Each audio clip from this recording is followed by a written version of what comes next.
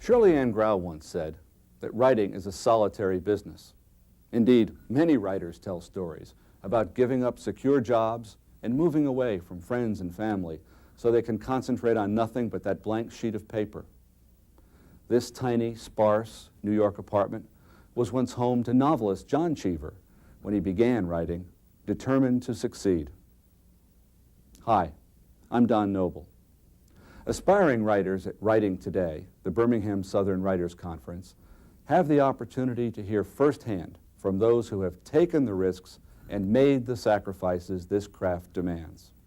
Tonight, we'll meet three such people at the conference. Susan Cheever, John Cheever's daughter and a novelist herself, writer Katie Lyle, and journalist and novelist Howell Raines. It's a solitary business.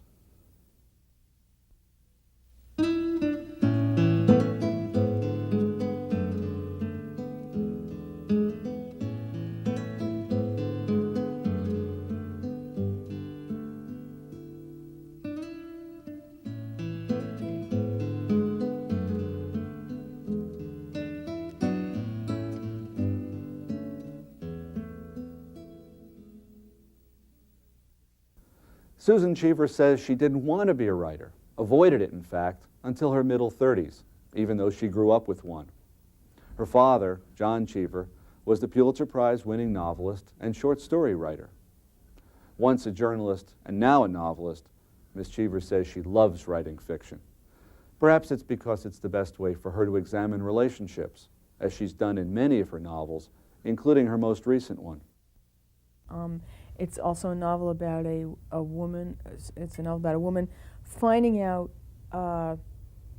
developing for herself a moral code, a way of behaving, a set of rules. A woman who starts out thinking, as I think many people do, without realizing it, well, if everybody does it, then it's okay, and not really examining this, and who ends up with a very different set of behavioral rules.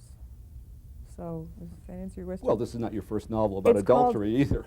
That's true. Its title is Elizabeth Cole, which is the name of the woman.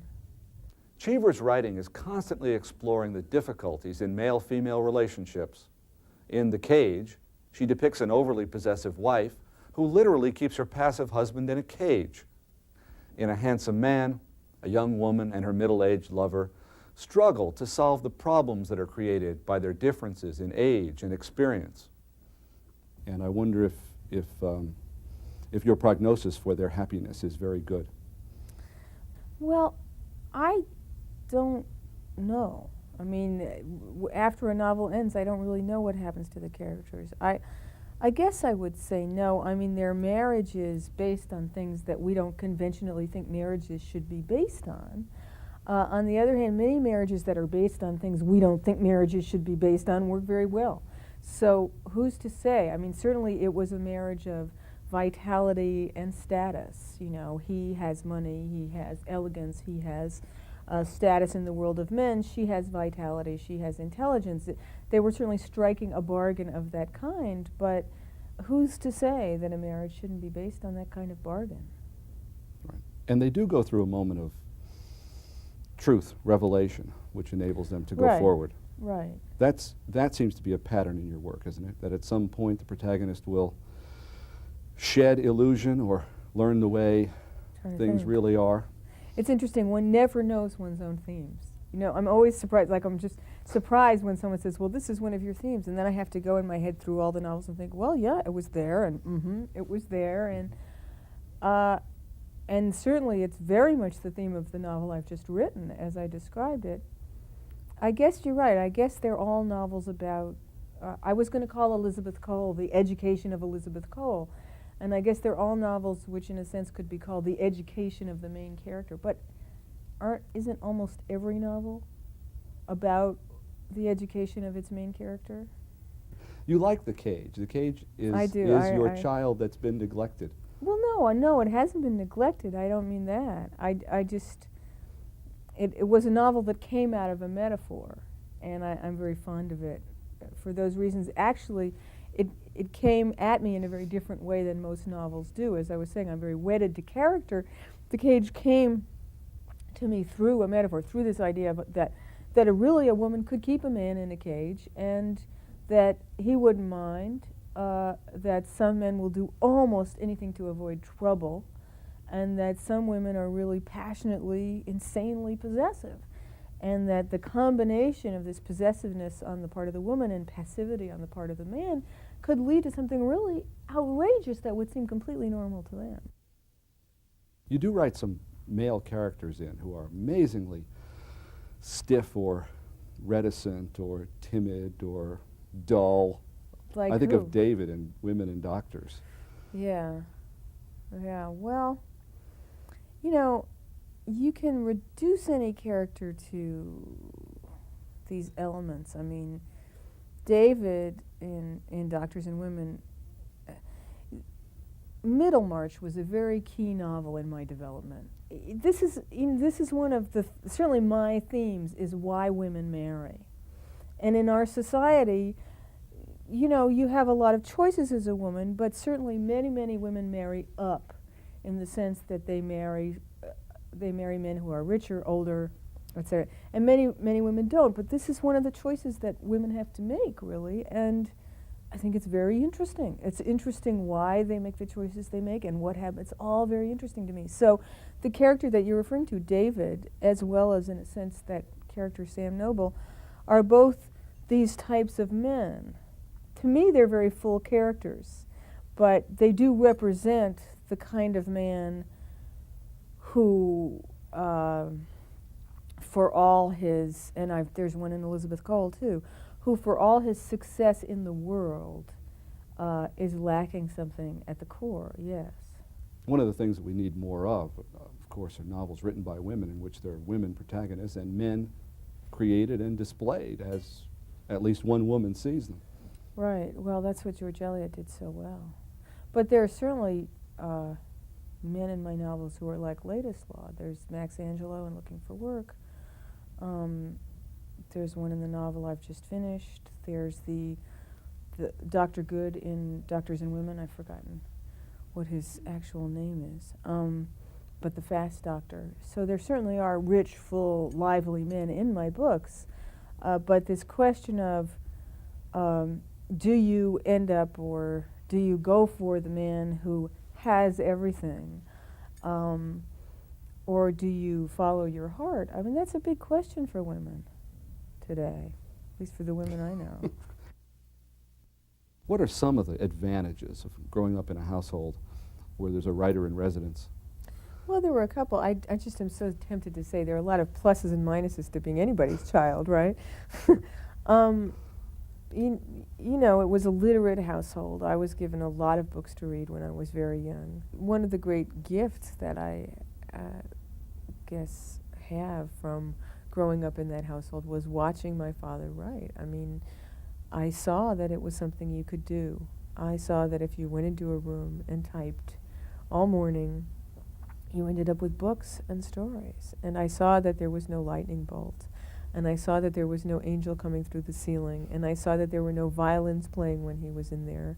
I saw that it was just something that a perfectly ordinary man went into a room and did. No, don't mean to call him ordinary, but he was certainly mortal. He was certainly human. And, you know, he went into this room and he did it. And so I saw that you could do it. And I've talked to people who say to me, well, I could never write a novel because I don't have the gift, capital T, capital G. Well, I saw that the gift is not something that announces itself. So that was nice. When Susan Cheever's father became terminally ill, her concern about him led her to write about him.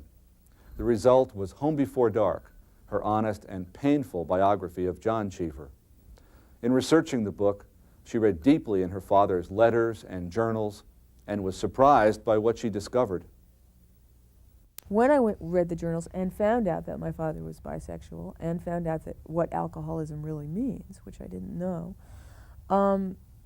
my first impulse was to stop writing. And in fact, I abandoned Home Before Dark at that point, saying to myself, I don't want my private family life aired.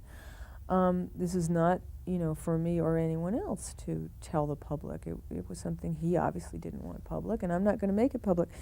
And then there had been a couple of very unsettling calls from people who had letters from him, from people who he had talked to, from people who he had been with, and I realized that this was all going to come out in ways that weren't going to be so wonderful. I didn't care about his reputation, but that were going to make him look sleazy. And so I then went back to Home Before Dark, saying to myself, at least let these things be revealed in context by someone who loved him. And I really meant to anesthetize his reputation against everything that would follow by using those things in Home Before Dark. And certainly they're very delicately handled in Home Before Dark. Do you read reviews? Sure. How are you doing? How do the reviews fall out over the last 4 novels? Oh boy, up and down. I mean, I've up and down. There's no. I wish I could say they started out bad and they're getting better.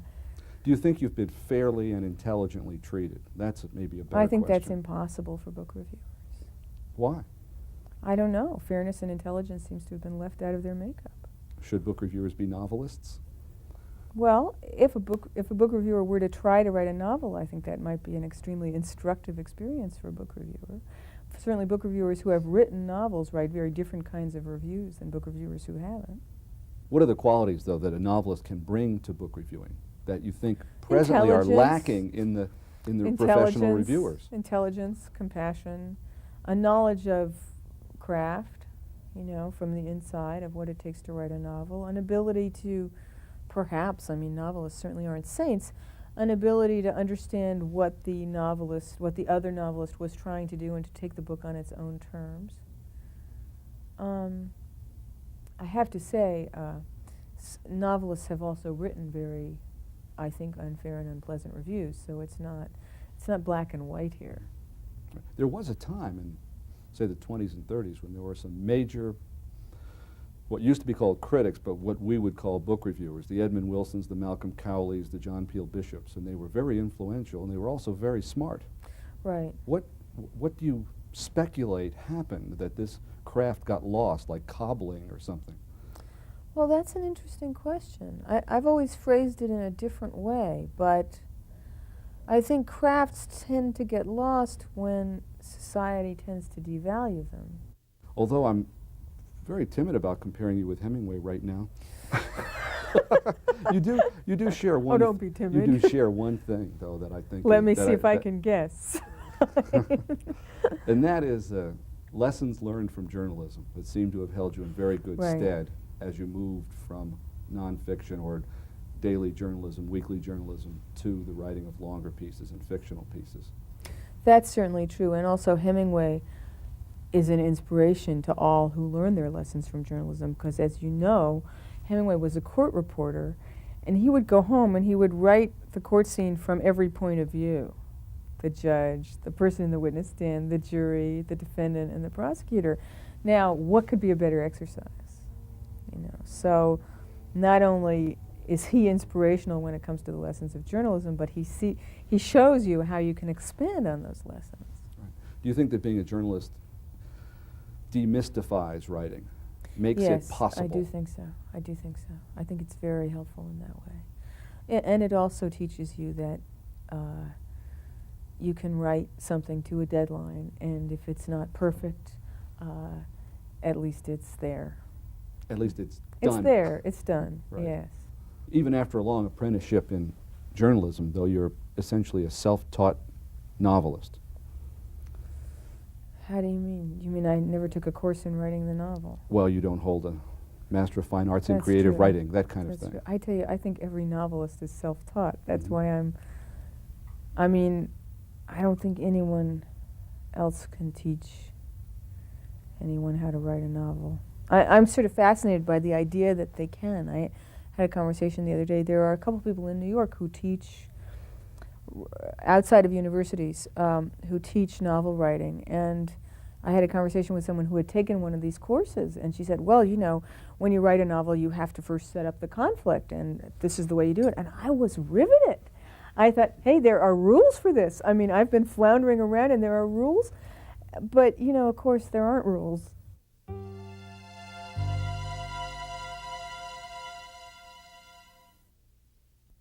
Alabama native Howell Raines took a leave of absence from his secure job with the Atlanta Constitution because he felt deeply that the first-hand accounts of the participants in the civil rights movement must not be lost.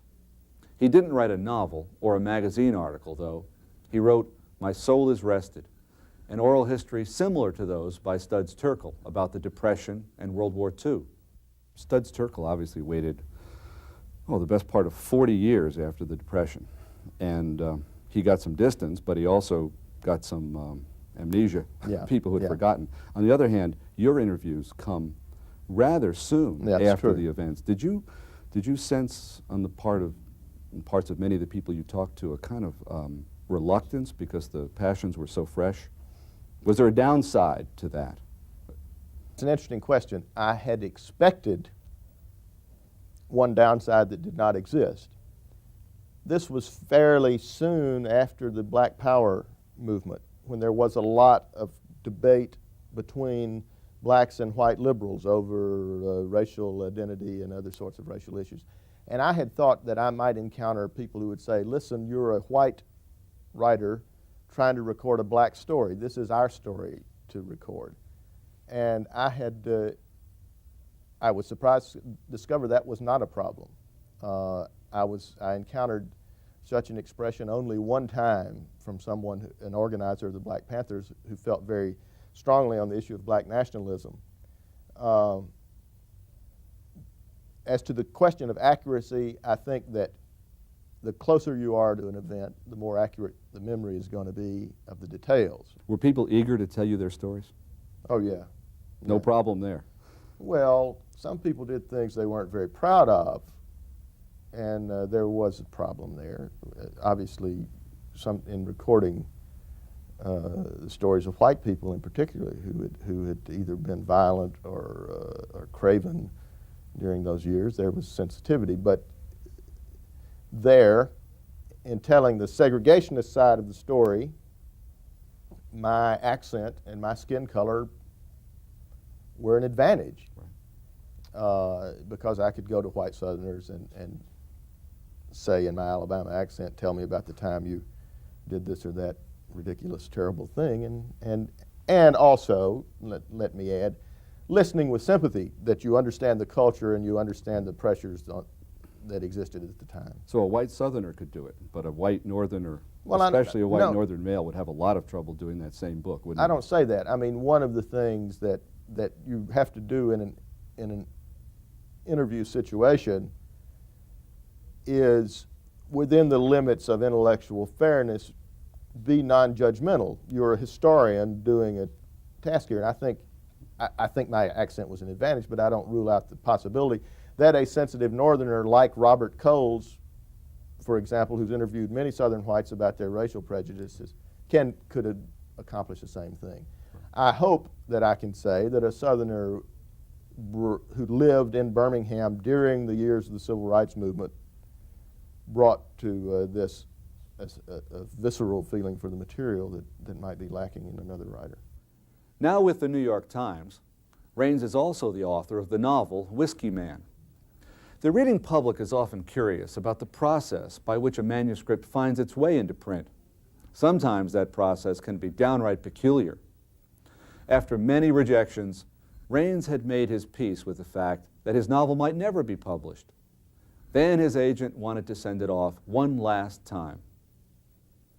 I said, Tim, we've been to this point many times. People start the book, they're very enthusiastic, and then for this reason, that reason, I don't want to go down that road again. I've had it emotionally. He said, okay, I'll get the next 100 pages retyped.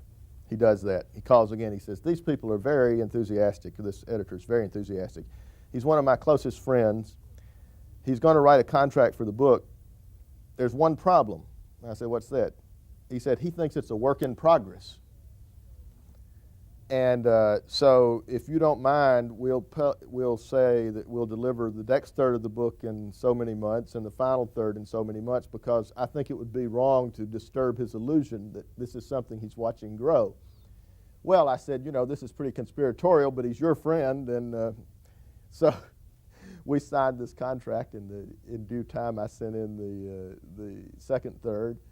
And then at that point, I became very disturbed about the final third and the scene that I described that I thought would not work. And I was convinced that when the final third went in that the Viking would bail out. But as it happened, they took the book.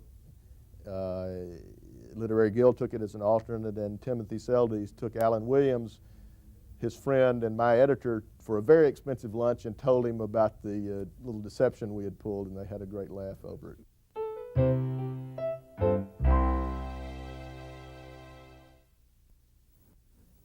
A writer's work isn't necessarily finished once she's written. Getting the manuscript into print often takes as much energy and imagination as the writing itself. Katie Lyle has written novels, poetry, television scripts, and newspaper and magazine articles. Her success as a freelance writer has given her the confidence to write about a number of interesting and unusual subjects.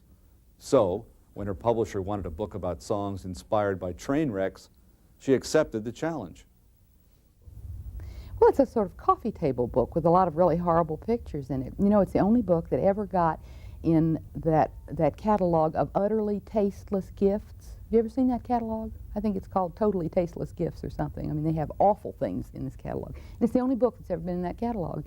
They clearly didn't read the book, but they thought the title was awful enough. Scalded to Death by the Steam was just grim enough, I suppose, that they figured the book belonged there.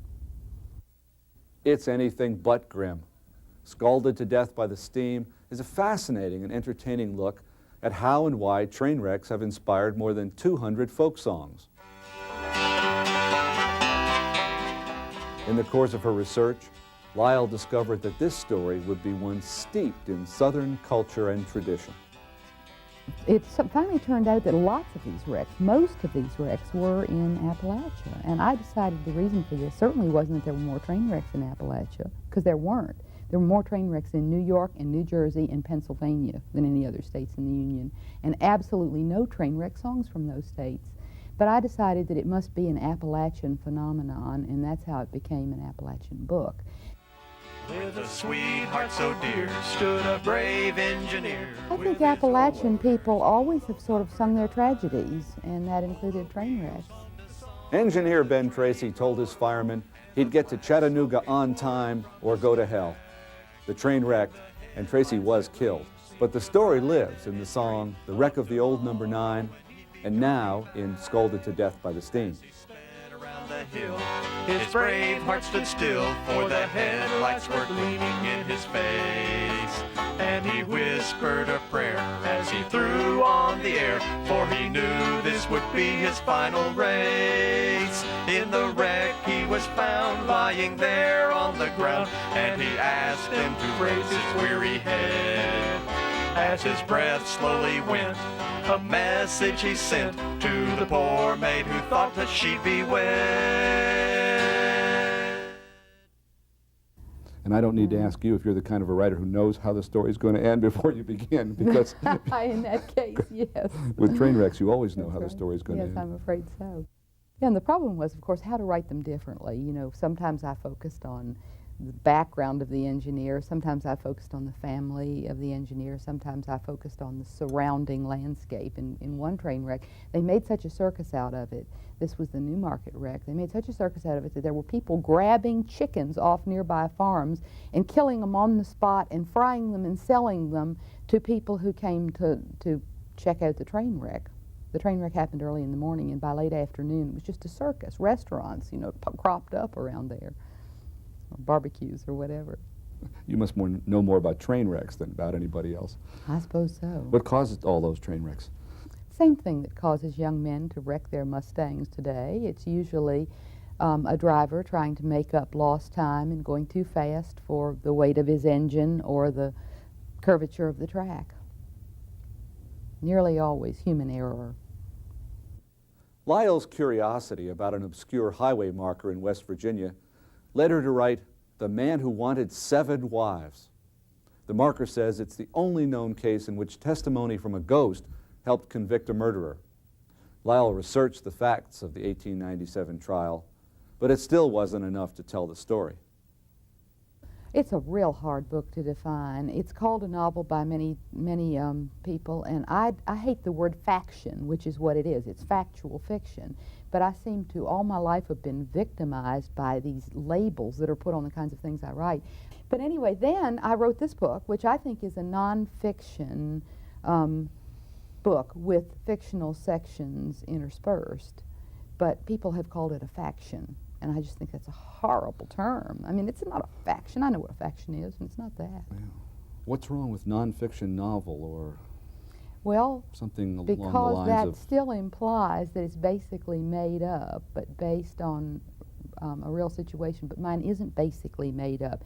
It's the real situation, which was then dry enough that it needed fleshing out. And so the second step was to go back and insert some scenes.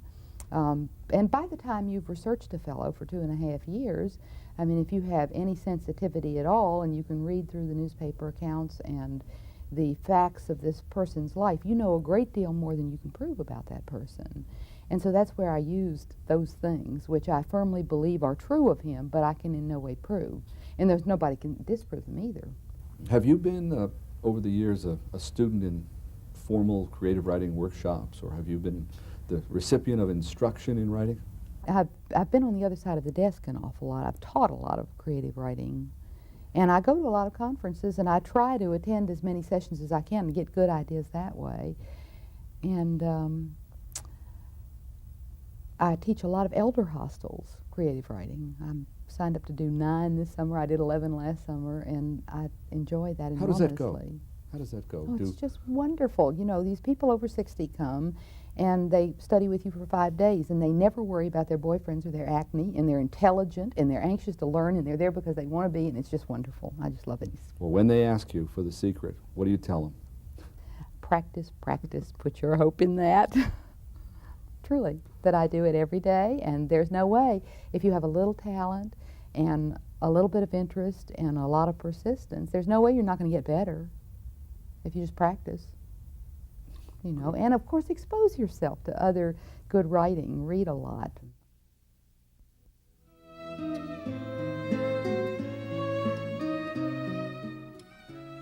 It may be that these interviews have encouraged you to read or write. If you're writing, we hope one of your first projects will be to send us a letter and tell us what you think of this series. Write us at Solitary Business, Box 870150, Tuscaloosa, Alabama, 35487.